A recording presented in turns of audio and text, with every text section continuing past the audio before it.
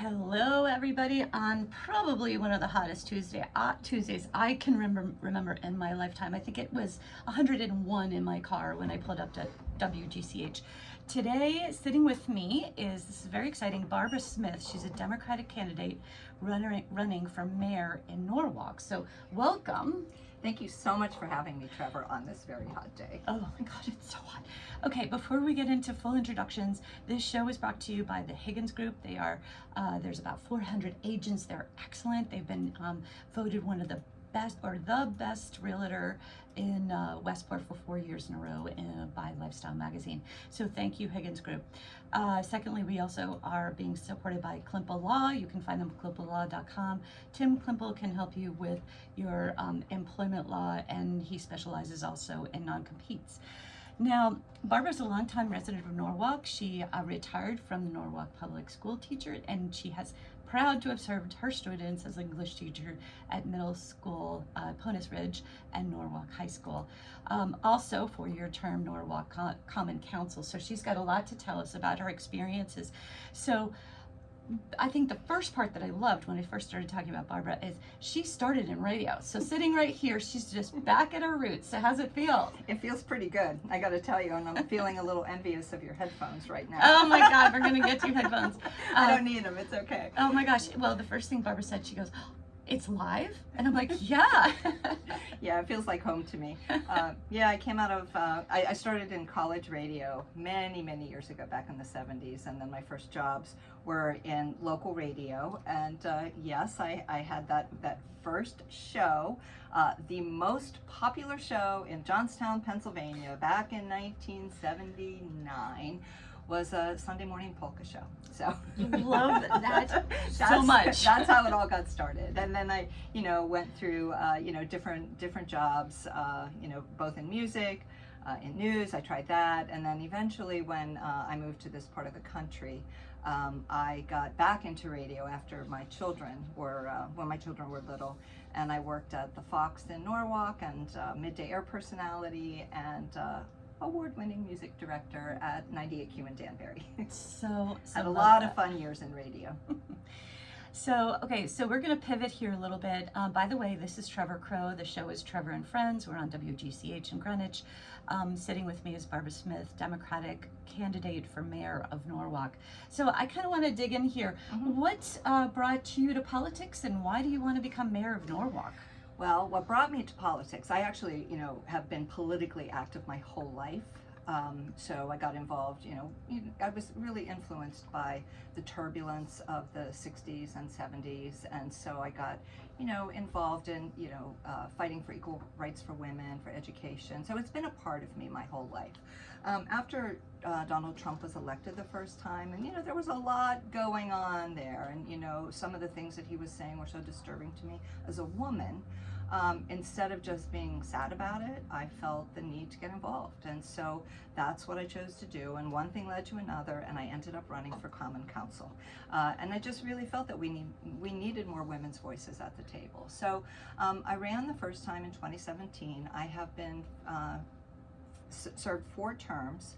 I've twice been council president. I am currently the council president. I've chaired numerous committees, and so that has given me the opportunity to, usher through many projects throughout the city of Norwalk. Community services, I chaired community services, public works.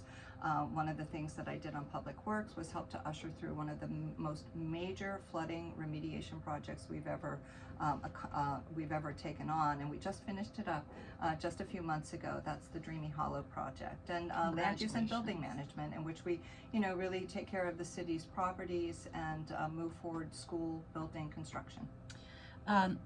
First of all, completely get that when Donald Trump was elected, because that's how I got involved in politics as well. So we have that in common. Secondly, thank you for your service, and a huge project like remediation, flood remediation, which is very much front and center here in Greenwich as well. It's one of our problems. So congratulations on getting that project through. So I'm reading here that your children all graduated and went through the Norwalk public school systems. And you are a teacher, so can we assume that one of your priorities is going to be education? Absolutely. I have been a strong advocate for education and for our kids and teachers. as far back as I can remember. Even before I became a teacher, I was advocating for funding for education. And so, yeah, I actually led some rallies to fight for more funding for our kids many years ago during a year I was not teaching in Norwalk. And so, yeah, I have continued to support robust funding for the schools and for building new schools, as well as for wraparound services for our kids around mental health. So yeah, it's a really, really important issue, and you know, we've had a bit of a brouhaha over the last few weeks in Norwalk about the funding and making sure that we have, you know, the transparency and accountability that the parents and teachers want to see to assure that the funding is supporting the teachers and making sure that our kids are achieving. So, you know, I'm going to continue working on that and, you know, making sure we move our schools forward. Love that. Just hoping some of you people in Greenwich who are listening to this, who cut $4.5 million out of our budget right here, hear about other people who are prioritizing education above and beyond. So thank you for that. I really appreciate that. So just a little background. Norwalk is how many people? How many thousands of people? We're about 92,000. I don't have the exact number off the top of my head. 90. Yeah. That's quite a lot of people. And I'm going to segue into a very big, important topic because we got the news late yesterday that Governor Lamont has vetoed the bill, the Fair Share bill. And I'd just love to hear your thoughts on that, how that would impact Norwalk and how you as a mayor would tackle those issues. Yeah, so I do have to say I was disappointed that he vetoed that bill because we are in such an affordable housing crisis. We're in a housing crisis in general, not just affordable. We need, you know, housing at every level here in Fairfield County. You know, people are coming. You know, we have a very desirable communities here in Fairfield County. What disappoints me most about it is cities like Norwalk are really doing our best to meet the affordable housing crisis. We have about 14% affordable housing in Norwalk, and I know Stamford's about the same. Other communities around us are in the 3%. So what that really does is it creates a situation where, you know, anyone who is living, you know, at a you know, like working families and people who really need affordable housing are needing to come to the cities. They're needing to come to Norwalk because there's not a fair balance of workforce housing and affordable housing in these other communities. So it puts a burden on the cities. And in addition to that, you know, two things can exist at the same time. Yes, two things can be true at the same time. Even though we are at 14% and it does seem like we're doing our fair share, we still have an incredible need for deep affordable housing. We just did a study in the city of Norwalk that we have a lot of data and it showed us that just to meet the current demands in Norwalk, and this is all housing, we need 8,000 units just to meet the current demand, and that's all different levels, right? 8,000 units. And so then the question becomes, how do we balance that? How do we balance the need for housing, the dramatic need for housing, with, you know, with development? That, you know, some residents are feeling, you know, that it's hard for them to see their city changing. It's hard for them to you know, acknowledge, not really acknowledge, but it's just hard, right? It's hard. Change is always hard. And so it's finding the right balance of continuing to build housing that meets our needs, that are so strong, while assuring that our neighborhoods keep the historic and cultural feel that we have traditionally had. And I think it can be done. Yeah, well, so how would you tackle this situation? You've got Lamont potentially putting together a special session. Are there any words you would like, any suggestions for him, or any tweaks you could make into that bill? I mean, I like the idea of a special session. I mean, I know that, you know, our state legislators have worked very, very hard, and it really is asking a lot of them. But this is such an important issue that that I think it's worth it to go back to the table and find out where we can find some tweaks that would make him more comfortable with it. But I know that our legislators have been fighting for this, and I will continue to advocate for it. I certainly have. You know, I've sent in my emails and made my calls. Good for but you. You know, it's hard for me to wrap my brain around why the real reason why he vetoed it. It really is because the need is so profound. The need is so great. Well, I'm looking forward to hearing more from him, specifically what he would like to change if and when we get to a special session. And hopefully he'll be reaching out to you and others who are involved in when you're elected mayor, obviously. Thank you. So now we're gonna move on to another topic, which you mentioned a little bit here, but you already have started working on resiliency, sustainability. You've got some projects in Norwalk that need attention, just like and again, we have a lot of Greenwich listeners. We need to pay attention to our infrastructure as well. So talk to me about what your priorities would be as a mayor when you're elected, what you're going to focus on and try to get money for. What are your number one top priorities? So I just want to backtrack just a little bit there because one of the things that I keep in mind always with every vote that I make on the council floor is about our kids and grandkids and future generations. It's really important that that's what we're thinking about. We don't want to go backwards. We want to go forward, and we want to make sure that our kids and grandkids have a place to live. And a place where they can afford to live, a place where, everyone's, sorry about that, I talk with my hands, where everyone's needs can be addressed, right? So one of those ways is around sustainability and resiliency. And so, we have made major investments as chair of Public Works, and now as council president, I sit on the Water Pollution Control Authority, and the city has made major investments in the WPCA and our wastewater treatment plant. Huge. So that, we are operating, at levels that the city can absolutely handle. We have assured that developers are, looking at green infrastructure. We're using less water than we did 20 years ago, and so we want to continue those investments so that we can keep our water safe and meet the going back to the flooding needs, right? So we have storm water and we have tidal flooding. So tidal flooding is, how do you address that?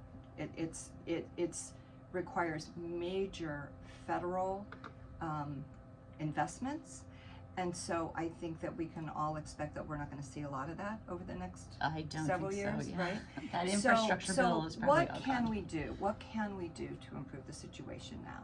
Well, one of the things the city of Norwalk is looking at, and I've been involved in the studies and some field trips, is the possibility of a stormwater authority. So we have the parking authority, we have the transit authority. They operate independent of the city. So a stormwater authority, which is common throughout the country, what that does is, you based on the amount of impervious surface you have, you pay a fee. You pay, just like you pay for your water, right? Just like you pay, for parking, whatever it happens to be. You pay a fee based on the amount of impervious surface. What that means is the bigger businesses like Lowe's and Home Depot and the Wegmans that's coming into Norwalk.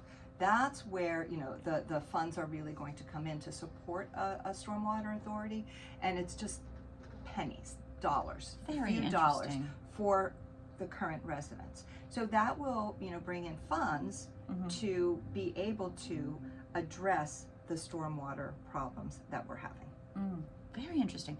So is this would this authority be just town centered, or would it be Fairfield County?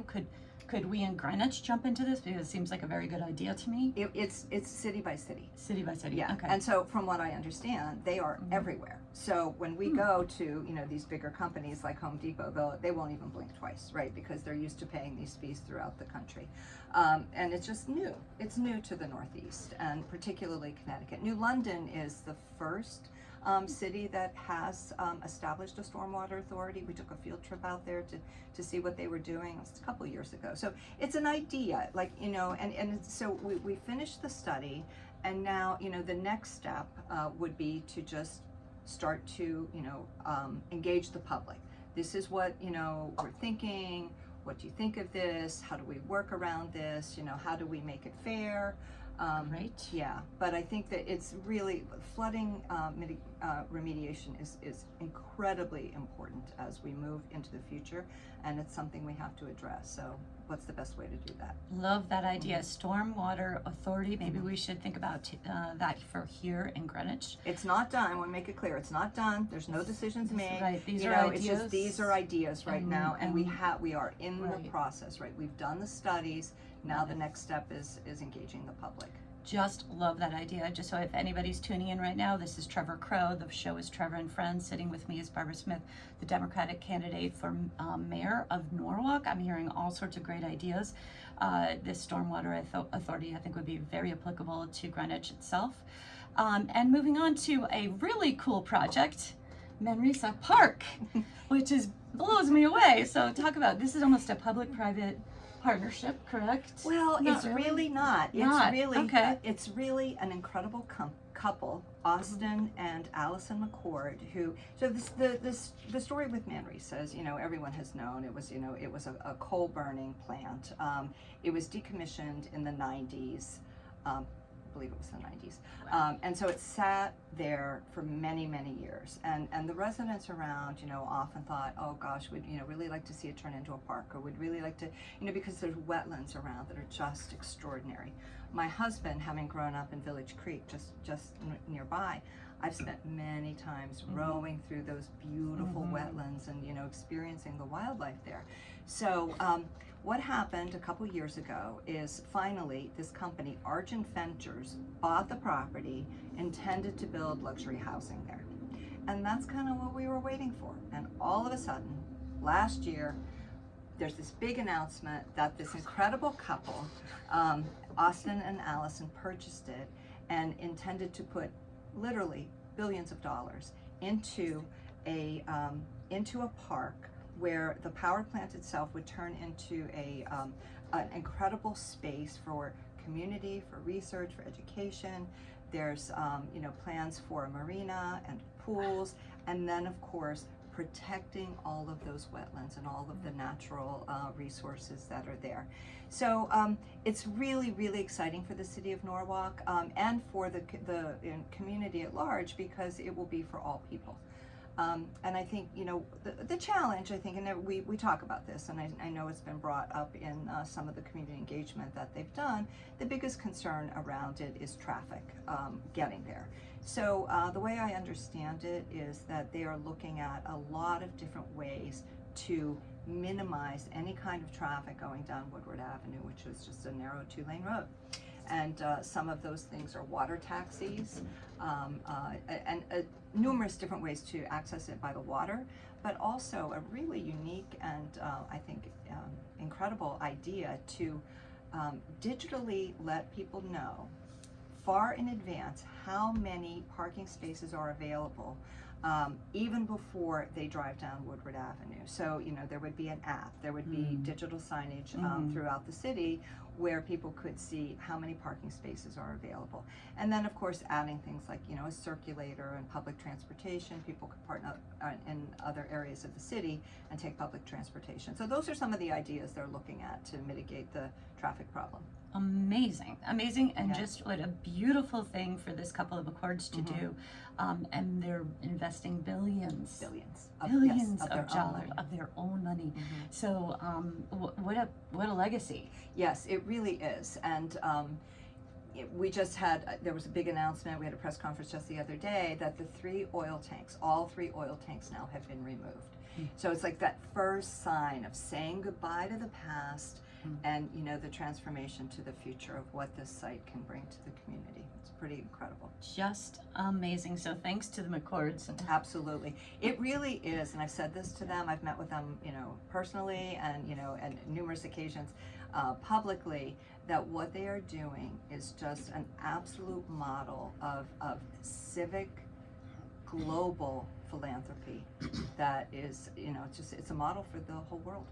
I love it, and it's so thoughtful, and it's maintaining this beautiful, space. But Long Island Sound there's just no more land on there. Like, just every inch almost is bought and built. Absolutely. So having this wetlands maintained, and there's going to be research facilities, kids will be able to visit and learn, and then there's even event spaces, right?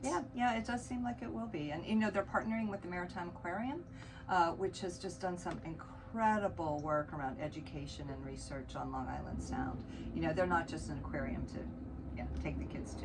They really, really have done an incredible job under Jason Patlas, who's the CEO and CEO and director. Yeah, great guy.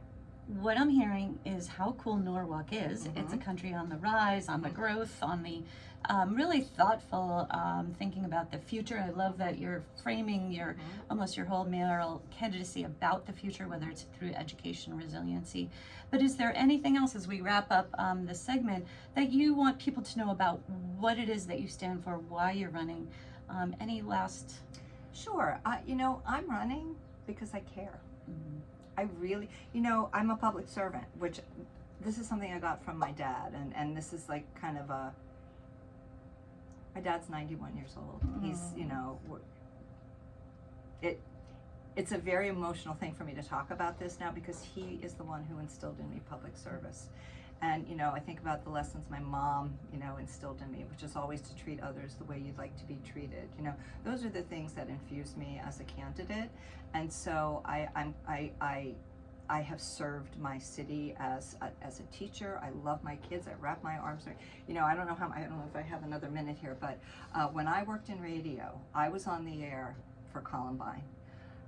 I wrapped my arms around my listeners, right? I led and supported my listeners through a really terrible time. When I was a teacher, I led my kids through Parkland and Sandy Hook, and I wrapped my arms around my kids and led them through it.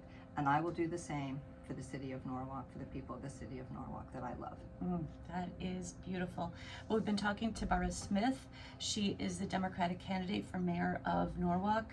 Anybody who is going to, actually everybody needs to vote in the municipal elections in November. You bet. So just a big reminder to everybody, and how important it is to have your local officials and really know and understand who they are and what they stand for. And Barbara, you did a beautiful job telling us about what's important to you. I know we're gonna have to go to a station break. We have a couple minutes. This is Trevor Crow, Trevor and Friends. Bob Small's going to take it over for a couple seconds, and we'll be back. Coming up, I believe we have Kevin Christie. I think he's going to be coming into the hall. Not sure yet. I'm checking in, but we'll be talking to Kevin Christie, who's running for select person of Westport. So are we good? All right.